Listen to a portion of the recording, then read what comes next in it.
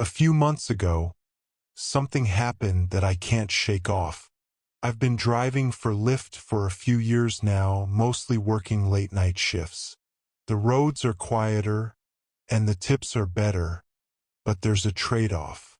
Every once in a while you get a story that sticks with you, and not in a good way. I've always considered myself careful. I've dealt with my fair share of odd passengers, but nothing, and I mean nothing, even came close to being as strange as what I'm about to tell you. I didn't have a dash cam at the time, but that night was the main reason I installed one. It started off normal enough. Just me and the odd sounds my car would occasionally make. I've got this beat-up 2005 Volvo, but it's reliable as hell. The streets were deserted, which, like I said earlier, I preferred. Sometime after 2 a.m., I got a request from a convenience store nearby.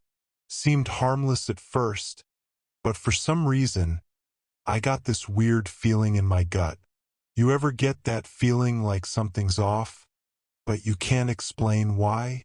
That's exactly what hit me as I drove up. Before I even saw the guy, I figured out why I was getting that gut feeling. The convenience store I was pulling up to was closed. All the lights were off and there wasn't a single car in the lot. As I got closer, I saw him. I made sure to drive slowly so I could get a good look. He was pacing outside the store, wearing this ratty hoodie that looked like it hadn't seen a washing machine in years. Literally, there was a hole in the sleeve. His movements were jerky, like he couldn't stand still, and he kept glancing over his shoulder like he thought someone was after him. If I had to guess, he was on something. I probably should have just canceled the ride and driven away.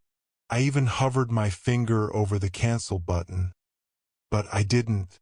For whatever reason, I unlocked the doors, and he slid into the back seat without a word. I regretted my decision the moment I took my foot off the brake. Most people either scroll on their phones or stare out the window, but not him. He just sat there, staring at me through the rearview mirror. Not blinking, not looking away, just staring directly at me. I tried not to stare back, but I couldn't help but catch his eye a couple of times. He looked kind of angry, which was unsettling. I tried to ignore him and turned on the radio to break the silence. I don't even remember which station I clicked on, but the moment the music started playing, he snapped at me to turn it off. His voice was deep and raspy, and I could tell he was a smoker. That caught me off guard, and I jerked the steering wheel a little. I resisted the urge to look at him in the mirror and just did as he said, gripping the wheel a little tighter. I didn't say anything, and we drove in silence for a while. I thought maybe he'd just sit there quietly until we got to his stop. That's what I was hoping for, at least. But then he spoke. I remember the conversation like it was yesterday. He asked me if I ever picked up someone I shouldn't have. That question hit me like a brick. I let out this awkward laugh and said, "Well, I hope not." I was trying to keep it light, but he didn't react. He just leaned back and muttered something to himself that I couldn't hear. Then he started going on about how he used to be an Uber driver and quit because some punk stole stuff from his car. He was slurring his words a bit, so I couldn't make out everything, but I got the gist of it. I looked in the mirror once or twice while he was telling the story, and I realized he was smiling the whole time, which was incredibly unsettling. A normal person wouldn't smile talking about something like that. He concluded his story by saying, "It's funny how much trust you put in someone sitting right behind you." That comment was what did it for me. I started thinking of him as more of a threat than just a crazy drug addict. Unfortunately, there wasn't much I could do about it. My pulse sped up, and I kept my eyes on the road, but my mind was spinning. I glanced at the GPS, focusing on the destination like it was some kind of lifeline, but the guy didn't know when to stop talking. He kept babbling about nonsense, some of it concerning, some of it just gibberish. I honestly couldn't keep up. Eventually, he started apologizing to someone, although I don't think it was me. He began insinuating that he had just done something awful and that he was a bad person. He kept saying, "I didn't mean it," repeatedly, followed by a few frantic, "I'm sorries." I didn't respond, worried that he'd do something if I did. I didn't know what he'd done or what he was capable of, but I wasn't about to find out. We were only a few minutes from his stop when he snapped out of his muttering haze and yelled at me that I had missed the turn. I didn't miss it. The GPS clearly showed we were on track. But I slammed on the brakes anyway, mostly out of fear. He demanded that I pull over, so that's what I did. My hands were shaking at that point. I just wanted the nightmare to be over. As soon as I shifted into park, headlights appeared behind us. It was a police car. I said a silent prayer and watched as it crept down the road, its spotlight briefly sweeping over my car. The guy in my back seat slouched down like he was trying to stay out of sight. I turned my head and saw him lying almost perfectly flat on my back seat with his eyes closed. I whipped my head back around before he saw me, trying to keep my breathing steady. He stayed in that position for a really uncomfortable amount of time. I wanted to ask him to leave but decided against it. Eventually, he lifted his head and told me I had gotten lucky. Before I had a chance to do anything, he opened my car door and disappeared. I ended up calling my shift short after that. I was shaken up and didn't feel like driving around anymore. It wasn't until a few weeks later that I came across something on my phone that proved how dangerous of a situation I had been in. According to a news article, a convenience store had been robbed on the night I picked up that passenger. It was 2 blocks from where I had picked him up.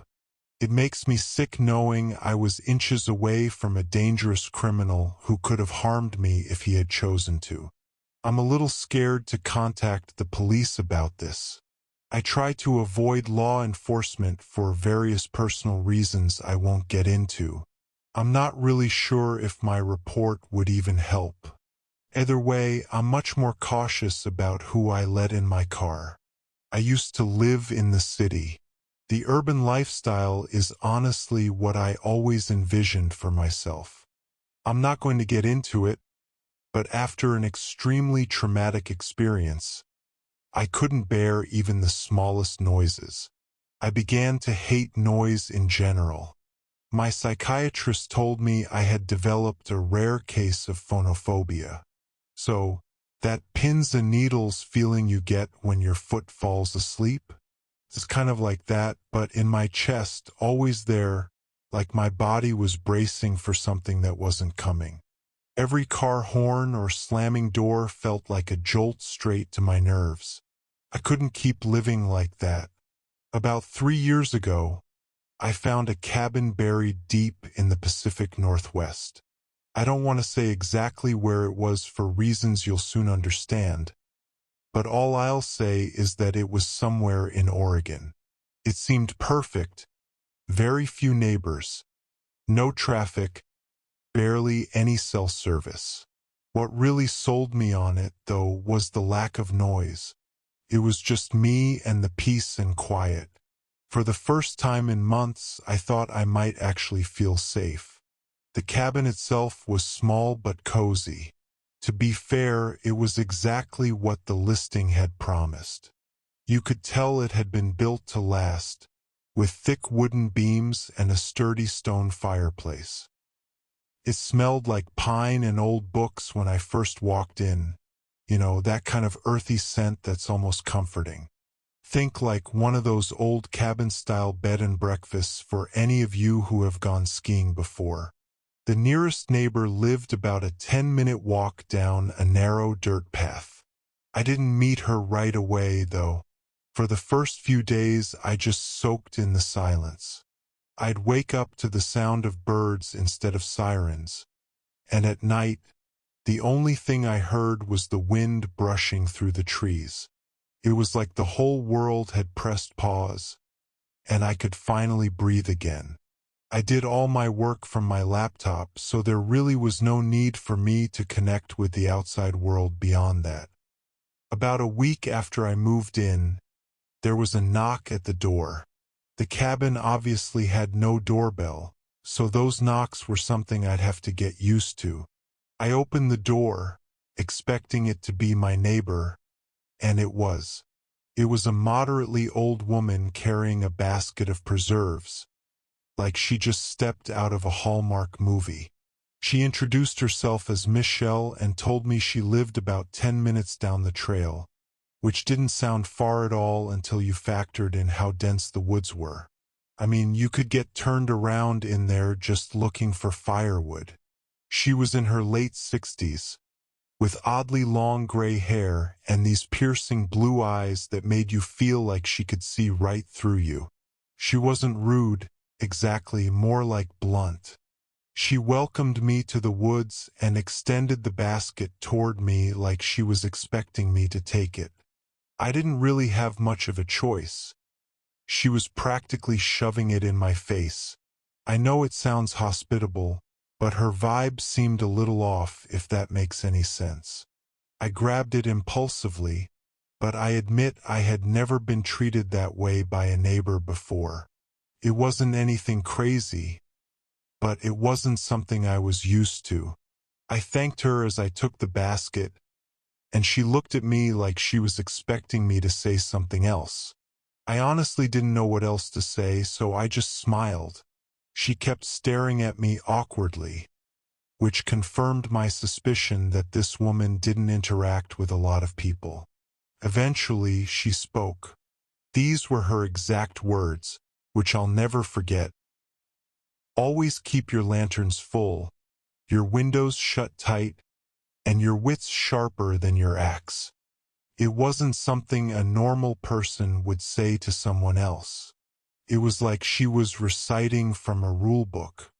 It honestly sounded more like a warning than advice. I nodded, smiled, and turned to go back inside. After shutting the door, I stood there in silence, waiting to hear her footsteps walk away. She didn't walk away for a good 45 seconds, which was probably the strangest part about the whole interaction. Despite the weird vibe, I did appreciate her kindness.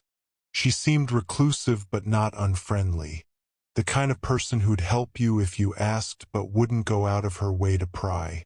I told myself it was nice to know someone was close by, even if I didn't plan on needing her. I didn't even bother looking in the basket. I just set it down in the living room and forgot about it. There was a thunderstorm that night, which is extremely rare for Oregon, but it does happen. I lit a few candles and curled up on the couch with a book, trying to ignore the fact that the power was flickering every few minutes. Some of you might find that kind of isolation scary, but I actually loved it. For some reason, my brain wasn't freaked out by the natural sounds of the thunderstorm. It was actually that specific storm that gave me that realization. I listened intently to everything outside, and it was, dare I say, soothing. But, of course, that peaceful feeling.